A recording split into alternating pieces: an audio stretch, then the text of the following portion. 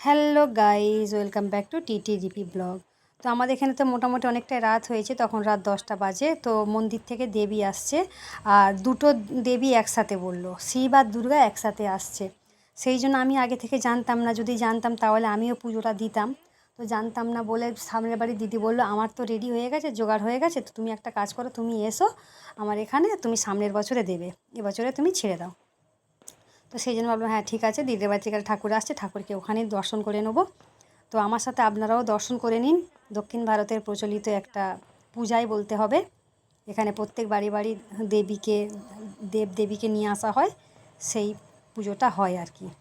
তো যে যেরকমভাবে পারে সেরকমভাবে করে। অনেকে খুব ধুমধাম করে করে, লোকজনকে ডাকে, খাওয়া দাওয়া দেয়। আর অনেকে আবার এমনিভাবে পুজোটা করে দেয়। তো পুজোটা দেখলেই আপনারা বুঝতে পারবেন। এই দেখুন দেবীকে নিয়ে আসছে। তো রাস্তা থেকেই আমি ভিডিওটা শ্যুট করেছি। দিদিদের বাড়িতে এসে কিছু লোক এসে আগে নাম লিখে নিচ্ছে, গোত্র লিখে নিচ্ছে, আর পয়সা তার সাথে নিয়ে নিচ্ছে। আর এই দেখুন দেবী আসছে, দেবী আসছে, শিব আর দুর্গা দুজনে একসাথে আসছে। এই দেখুন বাড়িতে এসে গেছে।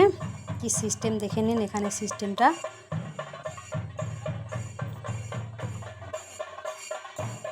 তো বলে আগে তো জানতাম না দিদিভাই যে দুটো প্রদীপ জ্বালতে হয়। দিদিভাই তো একটা প্রদীপ জ্বেলেছিল, বললো কিচ্ছু হবে না, ছেড়ে দাও। তো দুটো কলা পাতা কেটেছে, দুটো কলা যে ধান দেয় না, আমরা যেরকম রেকাবে করে ধান দিই, ওদেরও সেরকম রেকাবে করে ধান দিচ্ছে। এই দেখুন শিব আর দুর্গা এসে গেছে। ওং নমঃ শিবায়, ওং নমঃ শিবায়, ওং নমঃ শিবায়। সর্বমঙ্গলে মঙ্গলে শিবের সর্বত্র সাদিকে শরণে তম্মাকে গৌরী নারায়ণ নমস্তুতে। তো পূজাটা হচ্ছে ওখানে, অনেক লোকজন দাঁড়িয়ে আছে বলে আমি ভালো করে দেখাতে পারছি না।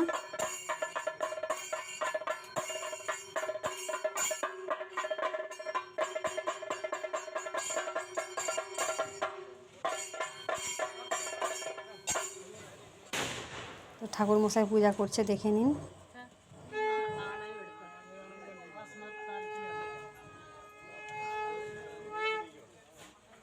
ধান দিয়ে পূজা করলো।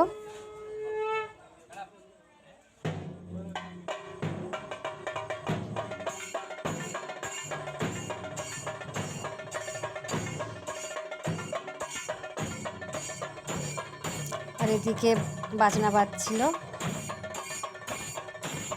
পূজা হয়ে গেছে, এবার সবাই চলে যাবে। ঠাকুরকে একটুখানি নাচিয়ে দিচ্ছে।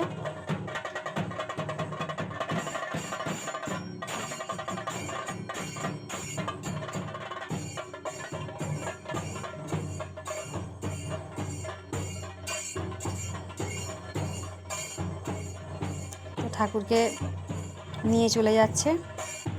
তো তারপরে আমিও দিদিদের বাড়ি থেকে চলে এলাম। চলে এসে তারপরে আমাদের পিঠা হয়েছিল, সেই পিঠাটা আমি শেয়ার করেছি আপনাদেরকে। এই দেখুন ফুলকপির তরকারি রেডি করে নিয়েছি।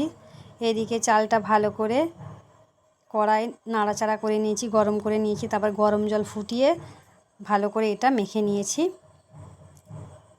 নিয়ে একটা বোল বানিয়ে নিয়েছি। এবার আমি আর দেবাঞ্জনার বাবা দুজনে মিলে পিঠা বানাবো।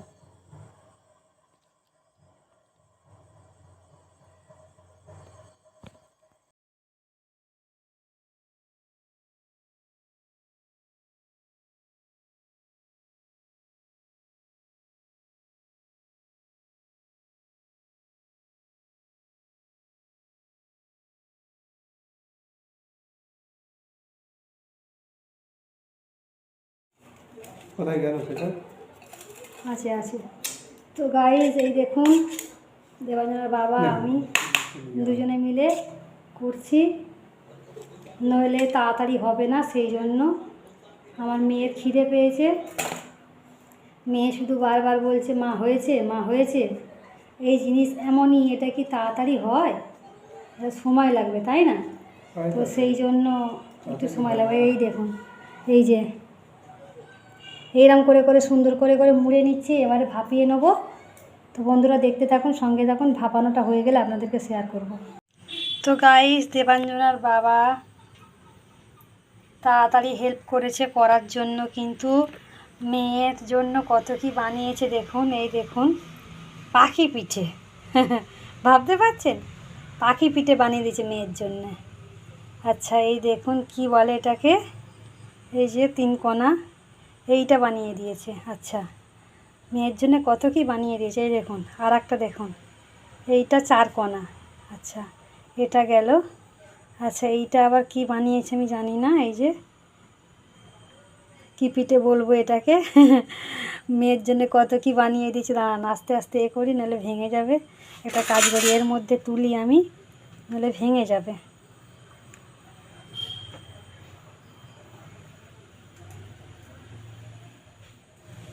পাখি পিঠে, ভাবতে পারছেন পাখি পিঠে, মেয়ে পাখি পিঠে খাবে।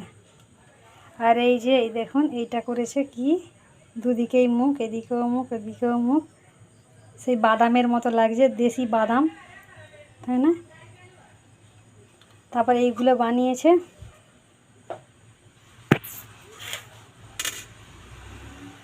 ইয়া ইয়া ইয়া কত কিছু বানিয়েছে মেয়ের জন্য।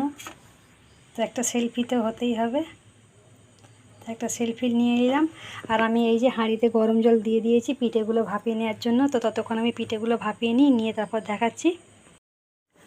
এই দেখুন বন্ধুরা আমার বিড়ালটার কাজ দেখুন, সে গাছে উঠেছে, দেখতে পাচ্ছেন? এই দেখুন কি মাথায় ভীমরুল কামড়েছে, এই যে গাছে উঠেছে। গাছে যদি কত উঁচুতে উঠেছে, কি ব্যাপার বুঝতে পারছি না। এই দেখুন নামছে, দেখতে পাচ্ছেন? ঠেলায় না পড়লে বিড়াল গাছে ওঠে না, কথাটা যেটা আছে সেটা। টিনটা আছে বলে, নইলে আপনাদেরকে ভালো করে দেখাতে পারতাম। ওই দেখুন নেমে গেল, দেখতে পেয়েছেন? তো গাইস আজকে আমি অন্য সিস্টেমের একটু পিঠেটা ভাপিয়েছি, আজকে আর হাঁড়ি করে করিনি।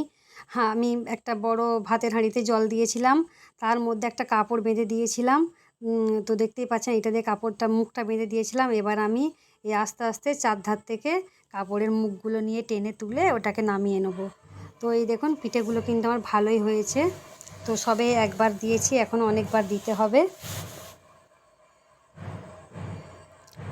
দেখুন কত সুন্দর হয়েছে পিঠাগুলো, আমি সাজিয়ে নিয়েছি।